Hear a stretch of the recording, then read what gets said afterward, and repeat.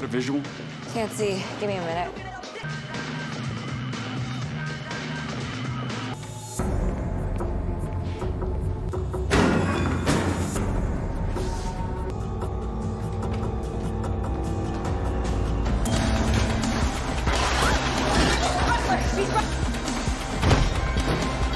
Nina Kirilenko. Nice to meet you. Halo Freakers, welcome to Sneakflix. Dengan bangga kami mempersembahkan kepada kalian ulasan lanjutan series berjudul The Blacklist Season ke-7. Disclaimer. Bagi kalian yang baru mengikuti series The Blacklist, saya sarankan untuk menonton dari episode 1 terlebih dahulu. Dan playlist ada di card pojok kanan atas. So, without any further ado, let's get into it. Scene dibuka oleh Dembe dan Reddington yang saat itu sedang menunggu kehadiran dari Elizabeth Kane. Padahal rekannya telah memberitahu kepada Kane bahwa dua orang yang sedang berusaha mengincarnya. Sayang sekali ketika Kane hendak kabur, ia melihat terlebih dahulu Dembe dengan Reddington yang telah berada di rumahnya. Dan inilah The Kira Noid, blacklister nomor 35 yang terdaftar dalam daftar hitam milik Reddington. 12 jam yang lalu, Cooper secara resmi menargetkan Elizabeth Kane sebagai buronan mereka setelah serangkaian kejadian yang telah Kane lakukan. Seperti bertemu dengan Chemical Mary dan mempekerjakannya. Lalu ia juga mencoba untuk mencari tahu tentang suatu arsip dan identitas dari seseorang yang memiliki julukan sebagai N13. Menurut kepercayaan banyak orang, N13 adalah Reddington. Arsip tersebut berisi tentang sebuah intel yang disusun oleh seseorang bernama Rakitin. Kemudian Cooper memperlihatkan beberapa agen rahasia Amerika yang dimana salah satu dari mereka diyakini adalah Rakitin. Kini tugas dari tim FBI adalah mencari keberadaannya karena tak lama kemudian Reddington datang menghampiri lokasi hitam lalu mengajak Cooper untuk segera berbicara. Di ruangan Cooper, Reddington memberikan suatu rekaman yang baru saja berhasil ia tangkap semalam. Rekaman itu berisi percakapan di antara Mary yang sedang berbicara dengan ajudan Neville Towson sebagai perwakilannya ketika Mary memberitahu bahwa Kane ingin menemuinya. Menurut Reddington, apa yang Kane lakukan sangatlah berbahaya karena ia telah menempatkan dirinya dalam situasi yang salah ketika ia berusaha untuk bertemu dengan Towson yang secara jelas membenci Kane setelah apa yang ibunya lakukan terhadap keluarganya. Apa yang Reddington inginkan adalah suatu kerjasama di antara dirinya dengan Cooper untuk menahan Kane yang berusaha bertemu dengan Towson. Saat sedang berbincang, Reddington mendapat telepon dari rekannya yang memberitahu jika akses miliknya baru saja dibatasi. Ia ingin menegaskan kepada Reddington, Harold Cooper cukup berbahaya dengan apa yang ia miliki, yaitu drive rahasia milik mereka. Reddington berjanji kepadanya, ia akan menangani Cooper suatu saat nanti. Di satu sisi, terlihat ajudan dari Towson telah datang menghampiri Kane untuk bertemu. Di luar gedung, rupanya pihak FBI telah siap mendengarkan setiap percakapan di antara mereka. Tetapi sayang sekali, FBI gagal menangkap pertemuan itu dikarenakan rombongan dari Towson setelah menyadari terlebih dahulu apa yang akan FBI lakukan. Mereka langsung dengan segera bubar meninggalkan gudang tersebut. Sementara Ressler dan agen Park dengan segera langsung mengajak timnya untuk menyerbu setiap jalan keluar dari gedung itu. Mereka berlomba-lomba untuk saling mengejar satu sama lain. Dan ketika Kane tengah terjebak dalam situasi sulit, anak buah Towson mengajaknya untuk kabur. Sayang sekali, Mary lah yang kini menjadi teman di pertemuan tersebut ketika pihak FBI berhasil menangkapnya. Tanpa banyak lama, mereka menginterogasi Mary untuk bertanya apa yang mereka diskusikan di sana. Mary hanya menjawab ia tak tahu karena yakin bicarakan hanyalah dirinya yang meminta bantuan untuk mengkhianati saudaranya sendiri, yaitu Neville Towson. Di lokasi hitam, Cooper menelepon Reddington untuk memberi kabar bahwa mereka kehilangan Kane. Namun mereka juga berhasil menangkap saudara kandung dari Towson bernama Mary Bremer yang tak mau berbicara sama sekali. Saat Reddington mengetahui mereka menangkapnya, ia terdiam karena dirinya yakin Mary tak akan pernah mau berbicara. Terlihat di kediaman Towson, anak buahnya rela membangunkan bos mereka yang sedang tertidur karena kini situasi sangatlah genting. Memang, Towson saat itu sedikit terkejut dengan cara anak buahnya yang membangunkannya. Tetapi saat ia mendengar mereka berhasil menangkap Kane, Towson langsung bangkit dan menghampirinya yang sedang diikat. Towson merasa kini saatnya ia membalaskan dendam terhadap apa yang pernah ibunya lakukan dengan membunuh satu keluarga Towson sendiri. Namun ketika Townsend membuka penutup wajah dari Kin, ia terkejut bahwa wanita yang di hadapannya bukanlah Elizabeth Kin, melainkan seorang wanita yang lain. Anak buah Townsend memberitahu ia harus mendengarkannya terlebih dahulu, dan memang benar, wanita itu bukanlah Elizabeth Kin, melainkan bonekanya yang saat ini sedang Kin kendalikan di tempat lain. Sementara itu, Reddington yang telah mendapat kabar dari Cooper perihal kematian Rakitin langsung dihampiri oleh rekannya yang ternyata adalah dalang dibalik tewasnya Rakitin. Ia melakukan hal itu dengan alasan karena Cooper sedang mengincar Rakitin sehingga ia memberikan apa yang mereka inginkan. Karena menurut Reddington ini semua sudah melewati batas, ia memutuskan untuk menghentikan anak buahnya secara permanen dari setiap tugas yang telah ia lakukan. Kembali kepada pertemuan di antara Kin dengan Townsend. Terjadilah percakapan di antara mereka, di mana awalnya Townsend sempat ragu dengan apa yang Kin ingin berikan kepadanya, terlebih mengapa ia harus menculik saudara perempuannya. Kin beralasan ia tak memiliki ide lain untuk melakukan kontak bersama Townsend selain menculik saudara perempuannya sendiri. Setelah itu, mulailah pembicaraan mengenai apa yang telah Katarina lakukan terhadap keluarga Townsend, yang langsung Kin bantah dengan cepat. Kin menjelaskan kepadanya, semua itu salah. Justru Katarina berusaha untuk mencari kebenaran yang telah terbungkam oleh Reddington perihal pembunuhan tersebut. Ia tahu Townsend masih menganggap ibunya tewas setelah dibunuh oleh Kazanzian Brothers. Padahal faktanya itu semua adalah sandiwara. Kazanzian Brothers mengkhianati Townsend karena mereka telah menjalin kesepakatan dengan Katarina terlebih dahulu. Dan ketika Katarina masih hidup, ia berusaha untuk mencari kebenaran agar Townsend percaya bahwa bukan dirinya lah orang yang telah membunuh keluarganya atau agen di balik julukan N13. Townsend benar-benar tak habis pikir. Ia masih tak mau mempercayai setiap perkataan yang Kin katakan kepadanya karena menurutnya ini semua telah terlalu jauh dan sangat gila. Di lokasi hitam, Aram dan agen Park masih berusaha untuk mengidentifikasi siapa yang telah menculik Elizabeth Kin.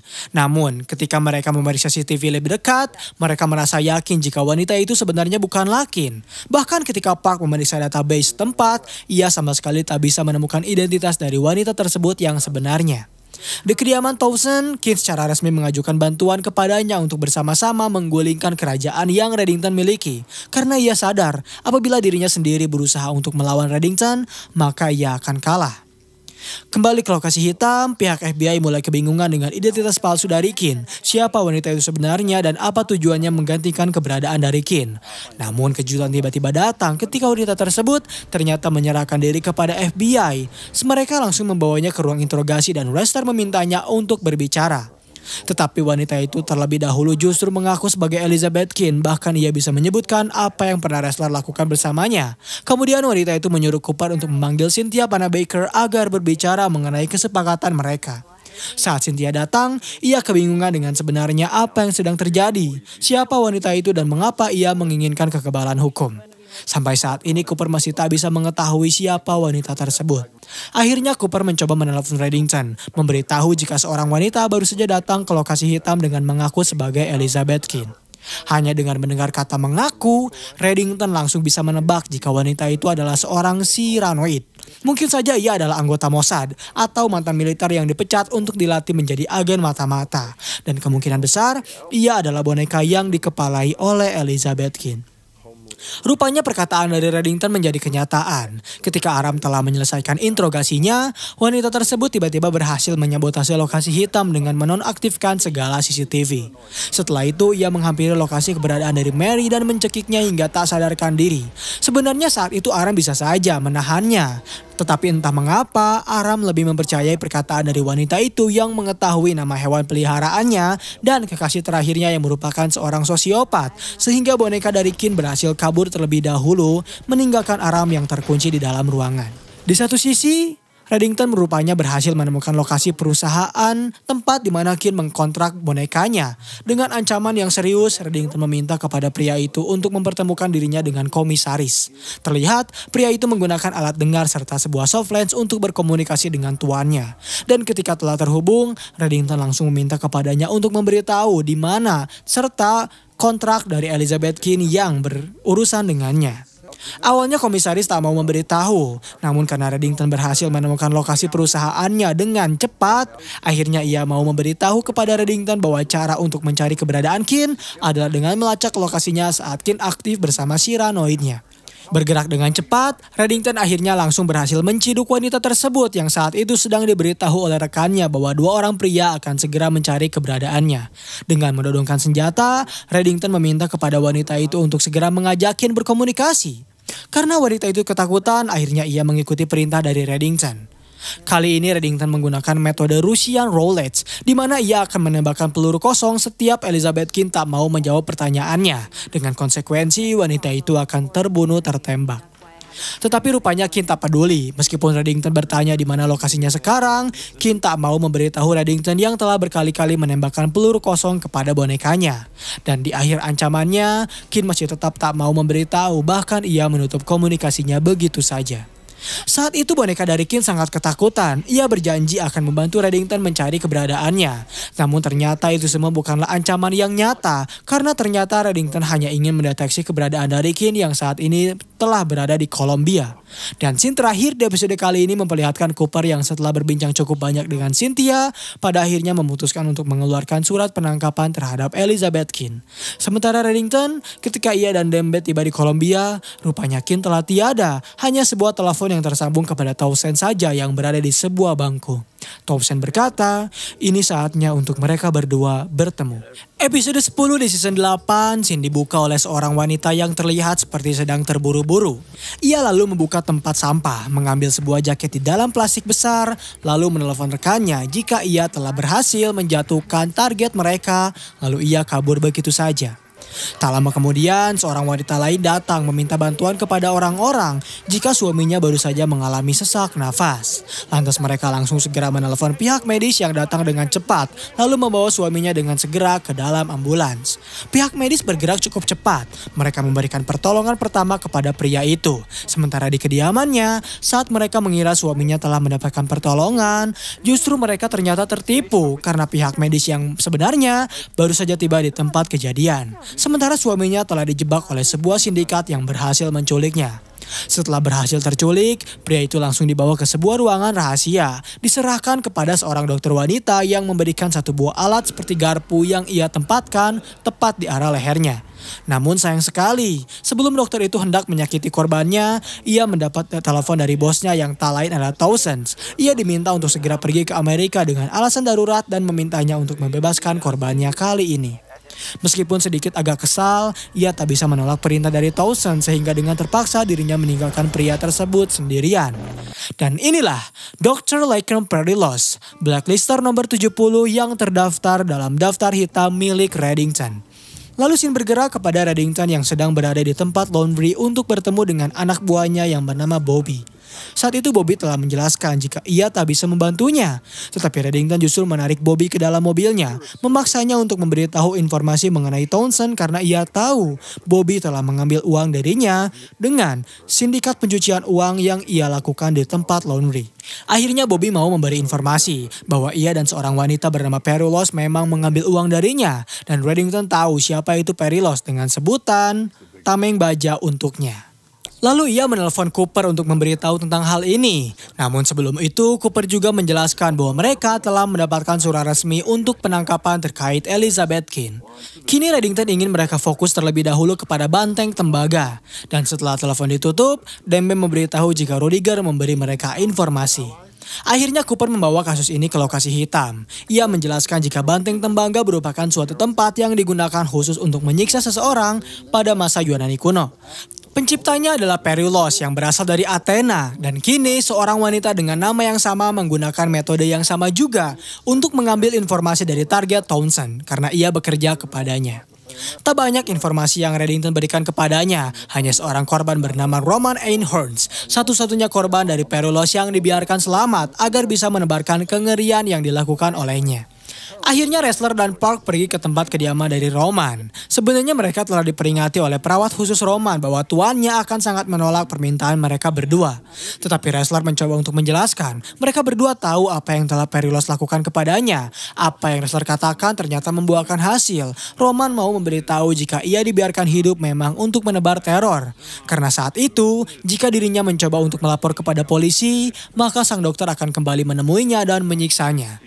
Terlihat pula seberapa parah siksaan yang Perilos lakukan kepadanya hingga membuat mulutnya menghilang. Di satu sisi, Reddington telah tiba di kediaman Rudiger. Di sana ia melihat tangan dari Rudiger yang terluka dan mencoba untuk bertanya kepadanya apa yang terjadi. Rudiger hanya menjawab jika tangannya terkena pintu mobil dan hampir saja ia kehilangan jari kelingkingnya.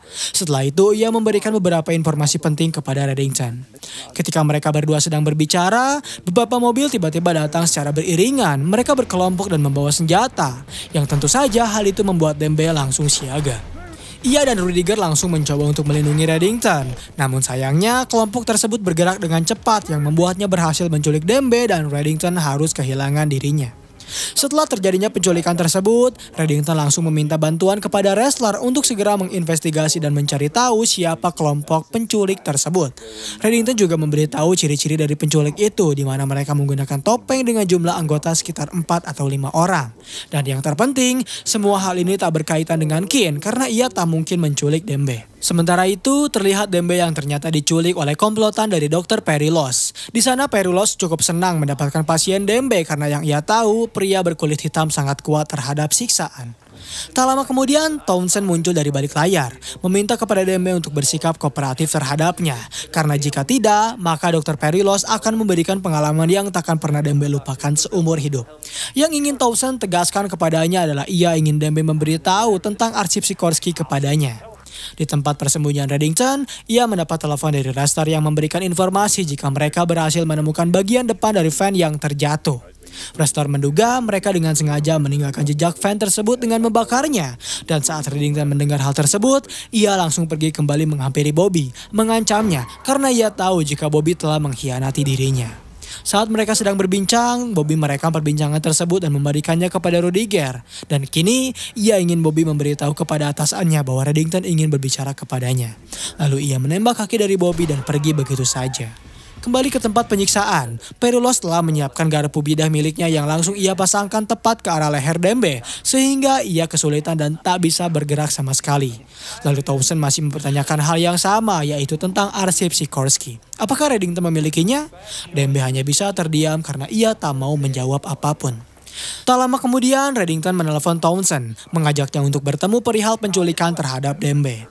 Townsend awalnya tak mau karena yang ia inginkan hanyalah arsip Sikorsky dan pembenaran terkait Reddington yang telah membunuh keluarganya serta apakah ia adalah salah satu anggota dari N13. Patut dijelaskan, Reddington tak peduli dengan apa yang Elizabeth katakan kepadanya. Yang terpenting, kata Rilana yang sebenarnya telah membunuh keluarga dari Townsend. Setelah itu, Townsend dengan segera membuat perjanjian pertemuan dengannya.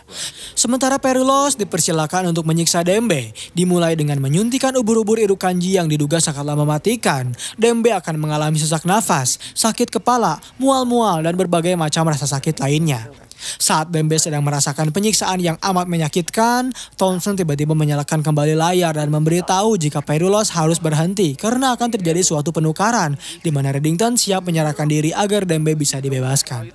Tentu saja hal itu membuat Perilos kecewa karena saat ini ia sedang menikmati momen tersebut. Dengan perlahan Reddington mengikuti prosedur yang Townsend berikan kepadanya. Dimulai dengan menghampiri sebuah motel, meminum air yang telah ia sediakan, lalu Reddington dipersilakan untuk menunggu di bangku luar. Namun ketika Reddington sedang menunggu dan mulai merasakan efek pusing, rupanya Dembe berhasil membalikkan keadaan ketika ia berhasil keluar dari ikatan dan meminta kepada Perilos untuk memberikannya obat penawar dari ubur-ubur Irukanji. Sayangnya, usaha Dembe untuk menghentikan Reddington menumbalkan dirinya sendiri gagal karena anak buah Townsend telah tiba terlebih dahulu dan menculiknya. Meskipun begitu, Dembe langsung menghubungi Ressler untuk memberitahu jika orang yang menyiksanya memiliki beberapa peralatan yang cukup mumpuni untuk menyiksa seseorang dan ia juga menyuntikkan zat ubur-ubur Irukanji kepadanya. Kini ia meminta kepada Ressler untuk mencari tahu siapa pengedar dari ubur-ubur Irukanji tersebut. Sementara itu terlihat Reddington telah dibawa ke lokasi yang membuat Townsend senang karena ia merasa kini adalah waktunya untuk menang. Perilos pun melakukan hal yang sama.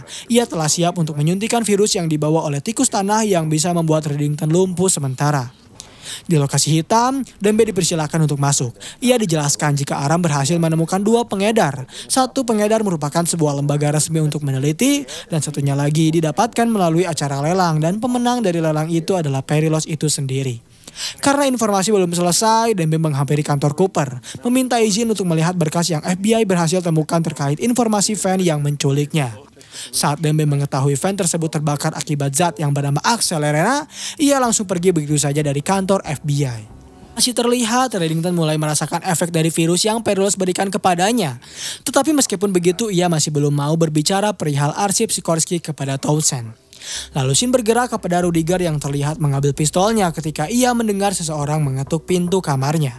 Dan ketika ia membuka pintu, Dembe datang, langsung menghajar Rudiger karena ia tahu Rudiger telah berkhianat dengan cara membantu Townsend mencari keberadaan Reddington. Rudiger meminta maaf atas semua hal itu karena ia dengan terpaksa melakukannya ketika Townsend menyiksanya dan sebenarnya Townsend mengincar Reddington bukan Dembe. Dan kini Dembe ingin tahu di mana Townsend menculik Reddington. Rudiger memberitahunya, kini Reddington sedang berada di timur bandara Braxton. Dan ketika Perillos hendak maju ke tahap selanjutnya untuk melumpuhkan diafragma dari Reddington, Dembe datang di waktu yang tepat. Ia langsung meminta kepada Perillos untuk memberikan obat penawar bagi Reddington. Dan karena tak bisa melakukan apa-apa, dengan terpaksa Perillos memberikan obat penawarnya, sementara Townsend memutuskan untuk mematikan layarnya. Saat Reddington telah sadar, Dembe membalikan keadaan dengan menaruh Perillos di meja pasien. Ia akan menyuntikkan hal yang sama seperti apa yang Perillos suntikan kepada Reddington maupun dirinya. Dan apabila ia tak mau memberitahu di mana keberadaan dari Townsend. Setelah mendapatkan informasi, mereka berdua dengan segera pergi dari lokasi yang tak lama kemudian berhasil dilacak oleh pihak FBI. Sementara Dembe dengan cepat membawa Reddington ke rumah sakit aman mereka untuk memastikan bahwa Reddington akan baik-baik saja. Dan scene terakhir di episode kali ini memperlihatkan Dembe yang dihampiri oleh Cooper. Dembe memberi informasi jika ia meninggalkan Rudiger di apartemennya dalam kondisi terikat. Tetapi ketika pihak FBI pergi ke sana, Rudiger menghilang yang ternyata telah dijadikan samsak tinju oleh Townsend karena ia kesal atas apa yang telah Rudiger katakan kepada Dembe. Ia juga memberitahunya jika Rudiger selamat karena Elizabeth Kane memohon kepadanya agar membiarkan Rudiger untuk hidup. Dan episode 9 serta 10 di season 8 berakhir di sini. Terima kasih telah menonton video pembahasan dari The Blacklist di episode kali ini. Bagaimana tanggapan kalian? Komen di bawah untuk rekomendasi film atau seri selanjutnya. Klik tombol subscribe untuk mengikuti perkembangan channel ini. Dan klik tombol like jika kalian menyukai video pembahasan kami. Dan sampai berjumpa kembali di episode selanjutnya.